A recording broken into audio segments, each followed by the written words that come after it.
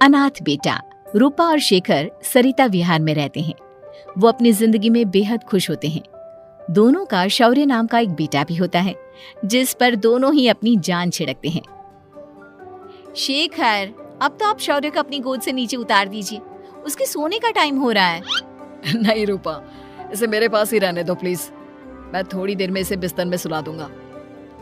लेकिन कल सुबह आपकी ऑफिस में मीटिंग भी तो है ना, और इसके लिए आपको कल जल्दी भी तो निकलना होगा। जाइए, आप भी जाकर सो जाइए। क्या यार, अभी तो मेरी गोद में आया था मेरा बेटा और तुम उसे लेकर जा रही हो। बाद में कर लेना अपने बेटे से प्यार, अभी जाकर सो जाइए।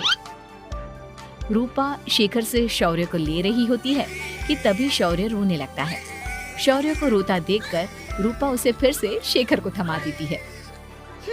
आपका बेटा ना एक नंबर का नौटंकी है, बिल्कुल आप पर गया है वो। साफ बोलो ना, तुम्हें जलन होती है हम दोनों बाप बेटे का प्यार देखकर। पहले बड़ा तो होने दो तुम शौर्य को, फिर देखना वो सबसे ज्यादा मुझे ही प्यार करेगा। देखते हैं। ऐसे ही दिन बीतते चले जाते हैं और एक दिन कैंसर की बीमारी के चलते रूपा की मौत हो जाती है। अब शौर्य 3 साल का हो चुका होता है, जिसके कारण उसकी दादी शेखर पर दूसरी शादी का दबाव बनाने लगती है। शेखर, शौर्य अभी बहुत छोटा है और उसे इस समय एक माँ के प्यार की बहुत जरूरत है। माँ, मुझे दूसरी शादी नहीं करनी। क्या पता जो दूसरी औरत आएगी वो मेरे बेटे को एक माँ का प्यार दे या ना दे। तो रूपा की छोटी बहन वैशाली से ही शादी क्यों नहीं कर लेता? वो तो शौर्य को एक माँ का प्यार पूरा दे सकती है ना। मैंने कहा ना माँ, मुझे दूसरी शादी नहीं करनी, और अपनी ही पत्नी के बहन से तो हरगिज नहीं। ऊपर से अगर रूपा देख रही होगी तो वो क्या सोचेगी? अपने लिए ना सही, लेकिन तुझे शौर्य के लिए तो शादी करनी ही पड़ेगी ना बेटा।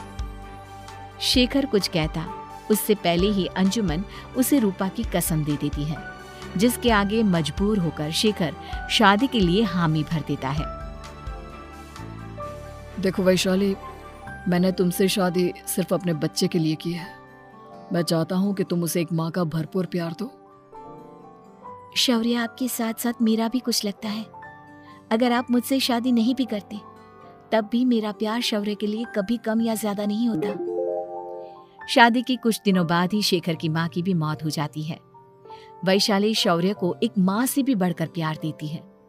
शौर्य को लेकर वैशाली का यूं निस्वार्थ प्यार देखकर शेखर को भी उससे प्यार हो जाता है और कुछ सालों बाद शेखर और वैशाली का भी लड़का हो जाता है। लेकिन इसके बाद वैशाली का शौर्य को लेकर बर्ताव बदलने लगता है। वैशाली, मैं देख रहा हूँ तुम आजकल शौर्य का जरा भी ध्यान नहीं रख रही हो। मुझे पता नहीं था कि आदित्य के होने के बाद तुम इतना बदल जाओगी। आदित्य मेरा अपना सगा खून है और शौर्य दीदी का, फिर मैं दोनों में अंतर कैसे नहीं करूं? माँ भले ही दोनों की अलग अलग है, लेकिन पिता तो एक है ना। अगर मुझे पहले पता होता कि तुम इतनी जल्दी बदल जाओगी तो मैं कभी तुमसे शादी ही नहीं करता। हाँ, तो किसने कहा था आपसे मुझसे शादी करने के लिए? मैं थोड़ी ना आई थी आपके पास, आपकी माँ ही आई थी मेरे घर आपका रिश्ता लेकर। वैशाली, मुझे तुमसे ऐसी उम्मीद नहीं थी।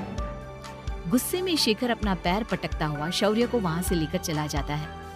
पापा, मम्मा मुझसे प्यार क्यों नहीं करती? क्या मैं उनका सगा बेटा नहीं हूँ इसलिए मुझसे प्यार नहीं करती? मम्मा नहीं करती तो क्या हुआ बेटा, पापा तो करते हैं ना आपसे प्यार। कुछ दिनों के बाद, आज तुझे खाना पीना कुछ नहीं मिलेगा, चल चुपचाप से अपने रूम में जाकर सो जा। माँ, अब भाई को खाना क्यों नहीं दे रही हो? बेटा तू आराम से खाना खा, इस नालायक की चिंता मत कर। एक दिन खाना नहीं खाएगा तो मर नहीं जाएगा ये। अगर भैया नहीं खाएंगे तो मैं भी नहीं खाऊंगा। तू अपने भाई का भक्त क्यों बन रहा है? ये तेरा सौतेला भाई है, सगा नहीं जो तू लक्ष्मण बन रहा है। माँ, आपको इतना भी नहीं मालूम? श्री राम और लक्ष्मण सगे भाई नहीं थे। श्री राम माता कौशल्या और लक्ष्मण माता सुमित्रा की कोख से जन्मे थे। दोनों के सिर्फ पिता एक थे लेकिन माँ अलग थी। मुझे ज्यादा ज्ञान देने की जरूरत नहीं है, ये सतयुग और त्रेता युग नहीं है, समझे? आया बड़ा भाई का चमचा। इतना कहकर वैशाली वहां से चली जाती है, जिसके कुछ टाइम बाद शिखर वहां आता है और आदित्य उसे सारी बात बताता है। मुझे माफ कर दो शौर्य, तुम्हारी माँ के जाने के बाद मुझे दूसरी शादी का फैसला करना ही नहीं चाहिए था। अगर मैं दूसरी शादी नहीं करता तो शायद आज तुम्हारी ये हालत ना होती। नहीं पापा, अगर आप शादी नहीं करते तो मुझे आदित्य जैसा छोटा भाई कभी नहीं मिलता। थैंक यू मुझे इतना अच्छा भाई देने के लिए। तुम दोनों हमेशा ऐसे ही साथ रहना, फिर कोई भी तुम दोनों का कुछ नहीं बिगाड़ पाएगा। चलो मैं तुम दोनों को आइसक्रीम खिला कर लाता हूँ, बहुत भूख लग रही है ना। शिखर शौर्य और आदित्य को आइसक्रीम दिलाने लेकर जाता है। वो दोनों को पार्क में खड़ा करके आइसक्रीम लेने जा ही रहा होता है, तभी तेज रफ्तार से आती हुई एक गाड़ी उसे कुचल देती है और उसी पल शेखर की मौत हो जाती है, जिसके बाद शौर्य की जिंदगी नर्क से भी बदतर हो जाती है। सुन रहे चिरकुट, इस घर के किसी भी सामान को मेरी मर्जी के बगैर हाथ मत लगाना। इन सब पर अब तेरा कोई हक नहीं है, समझा? ठीक है माँ, मैं आपकी इजाजत के बगैर किसी चीज को हाथ नहीं लगाऊंगा। चल जाकर अब पूरे घर की सफाई कर। महज 7 साल का शौर्य वैशाली के कहने पर अपने नन्हे नन्हे हाथों से पूरे घर की सफाई करने लगता है। ऐसे ही दिन बीतने लगते हैं, लेकिन मासी से माँ बनी वैशाली को उस मासूम से बच्चे पर जरा भी तरस नहीं आता। क्यों शौर्य, ये घर में इतनी गंदगी कैसे हो रही है? ढंग से सफाई नहीं की है क्या तूने? माँ मैंने तो अच्छे से सफाई की थी, लेकिन आदित्य बार बार इधर उधर चलकर गंदा कर देता है। अच्छा, खुद से एक काम ढंग से नहीं होता और अपनी गलतियों का जिम्मेदार मेरे बेटे को ठहराता है। इतना कहकर वैशाली बांस का डंडा उठाकर शौर्य को जोर जोर से मारने लगती है। तभी वहां वैशाली के मायके वाले भी आ जाते हैं और उसकी सारी करतूतें देख लेते हैं। माँ मैं ऐसा क्या करूँ जिससे आप मुझे भी आदित्य के जितना प्यार करोगी? बोलिए ना माँ, मेरे क्या करने से आपके अंदर मेरे लिए ममता जागेगी? वैशाली शौर्य की एक नहीं सुनती, उसके ऊपर डंडे बरसाती जाती है। हद पार होते देख वैशाली की माँ उसका हाथ पकड़ती है और जोर से उसे थप्पड़ मारती है। यही सब करने के लिए तूने दामाद जी से शादी की थी? हमने सपने में भी तुझसे ऐसी हरकत की उम्मीद नहीं की थी। तू माँ नहीं, माँ के नाम पर एक धब्बा है। बस कीजिए माँ, आदित्य की इस दुनिया में आने से पहले मैंने इसे बहुत प्यार किया था, लेकिन अब जब मेरी खुद की औलाद है तो मैं किसी और के बच्चे से प्यार क्यों करूं? अरे नालायक औरत, जिसे तू किसी और का बच्चा कह रही है वो तेरी खुद की सगी बहन का बच्चा है। बहन है तो क्या हुआ, मेरे अपने बच्चे से बढ़कर तो नहीं हो सकता ना ये कभी। अगर यही बात थी तो तू हमें पहले बता देती, हम शौर्य को अपने साथ ले जाते। उसे इस तरह प्रताड़ित करने की क्या जरूरत थी?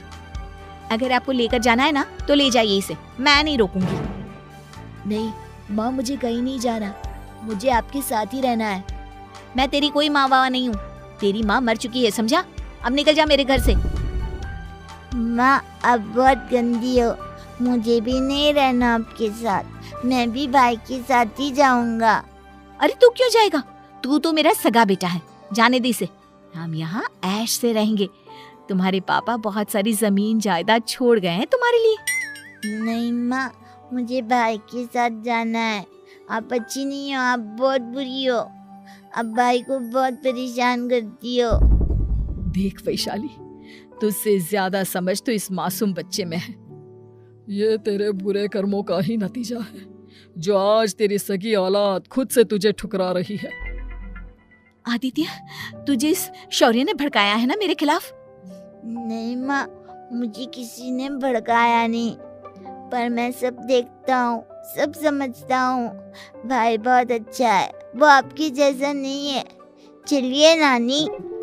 इतना कहकर वैशाली के मायके वाले आदित्य और शौर्य को अपने साथ ले जाते हैं और इस तरह वैशाली बड़े से घर में अकेली पड़ जाती है। 2 बेटों के होते हुए भी आज उसे माँ कहकर बुलाने वाला कोई नहीं होता।